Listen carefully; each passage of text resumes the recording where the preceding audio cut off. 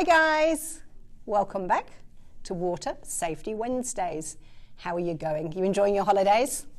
So cool to be on holidays, isn't it? And it's getting a bit warmer, so you might be able to get down to the beach if you're lucky. What do we have to remember when we go to the beach? Yep, that's right. Try to go to a patrolled beach where the lifeguards are and swim where? Outside the flags? Near the rocks? No, you know guys, inside the red and yellow flags, okay? That's where there's lots of people watching you. And never go in the water alone. We know that. What we say here is stop and think. So don't run into the water. Stop, have a look around, see what's going on. Alrighty. Now today we're going to talk a bit about floating and sinking. Should you fall into the ocean and you're not expecting it and it's a bit cold, you can have what they call water shock syndrome. This is where your body goes and you gasp suddenly and you take in lots of water. This is not good, okay? So we're going to learn how to float properly. Don't panic, just float. I'll show you how to do it correctly. Get your thoughts together and then see what you can do, whether it's to signal to the lifeguards, and we remember that signal, don't we? Yep, or to shout for help, but we'll get to that later. I'm going to draw you a quick picture now. Okay, sometimes my drawings can be a bit dodged, so we'll just have to go with it, alrighty? Now here we go. This is an edge, alrighty, an edge of something. We'll get there in a minute. And here, do you think this is? Yep, it's wind, so it's a windy day. And here is our ocean. Standing on the edge is a young girl. What should we call her? Sally, that sounds like a good name. Now Sally's here, standing really close to the edge. What do you think could go wrong? Yes, you're right, it's a windy day. A gust of wind can come along and push her off. That would not be good. Have a think about how we could make her safe. I'm going to show you a demonstration. Okay, I'm going to show you what could happen to Sally standing close to the edge. We always have to be close, have to be aware of edges, guys. Sand can be soft, rocks can fall. Do you think he would fall in? Shall we try? No, that didn't happen. But what if it is one of those gusts that you just don't expect? Up, and he's fallen over the edge. Luckily, he has been taught how to float. So he's going to float there. He's going to gather his thoughts. He's then going to signal, and somebody's going to come and help him. Alrighty, we can move him out here for a minute. What else do you think could sink and float? What about this shell? I'll give you 3 seconds. Sink or float? Okay, let's go. Oop, it sunk straight to the bottom. How about, what do you reckon? Do you think she'll sink or float? Sink? Yeah, I think you could be right. Let's go. Oh dear, sunk right to the bottom. Okay. Ooh, before I eat the gummy snake, what do you think he's going to do? A bit more difficult this one because he could float. He sunk too. Oh my goodness. What about the duck? Sinking or floating? Let's go. Here he goes. Quack, quack, quack.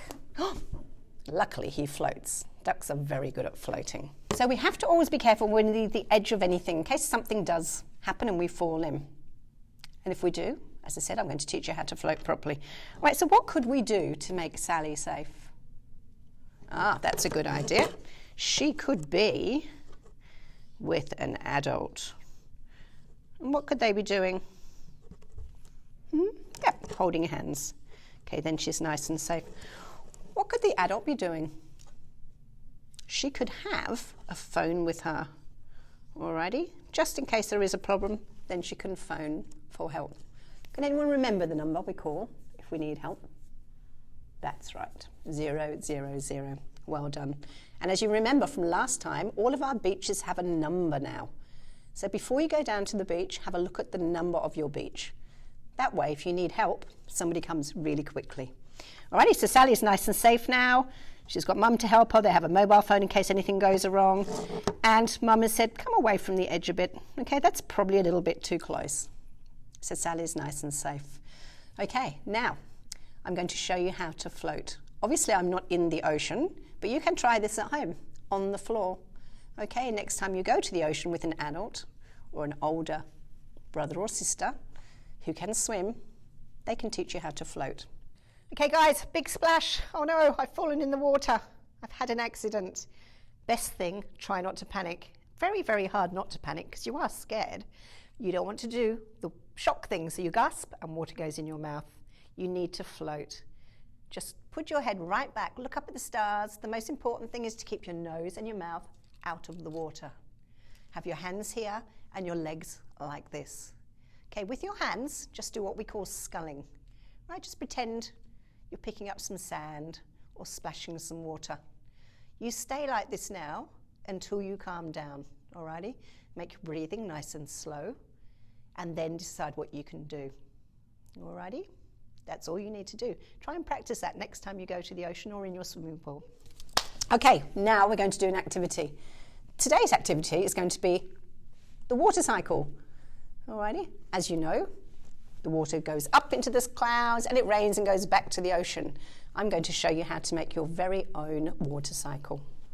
What you will need is a reusable Ziploc bag, a permanent marker, some blue food colouring, some water. That's it. First of all, we need to just draw a picture. So we're going to do the ocean down here. Then we're going to do the sun. We'll make it a nice sunny day. And then we'll do some clouds coming in over here.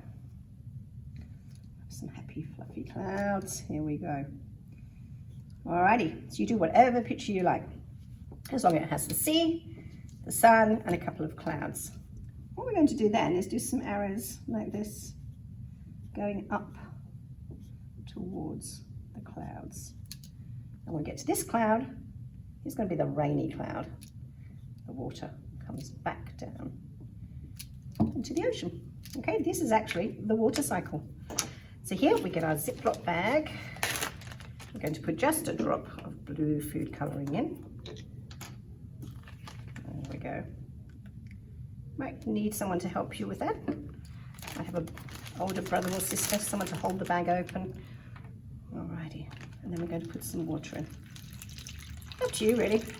Just go to the top so we can still see the sun and we can still see the clouds. Alright, this is a very simple experiment. Just make sure you zip it up properly. We don't want to get blue food colouring anywhere in the home.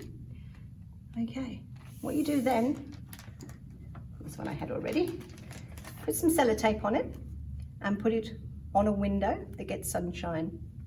And you just watch it over the next couple of days. You will actually see the water go up and come back down again. And these are the words of the water cycle.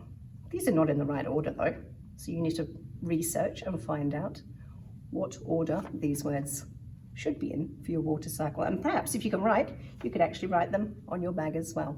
I hope you enjoyed today's session. It's very important to learn how to float, and the water cycle on your window is actually pretty cool. This also is our app, Safety Beach. If you download this, you can play and it'll teach you some really helpful safety facts before you even go to the beach. Okay guys, that was really good fun. Have a good rest of the day and I look forward to seeing you next Wednesday. Bye.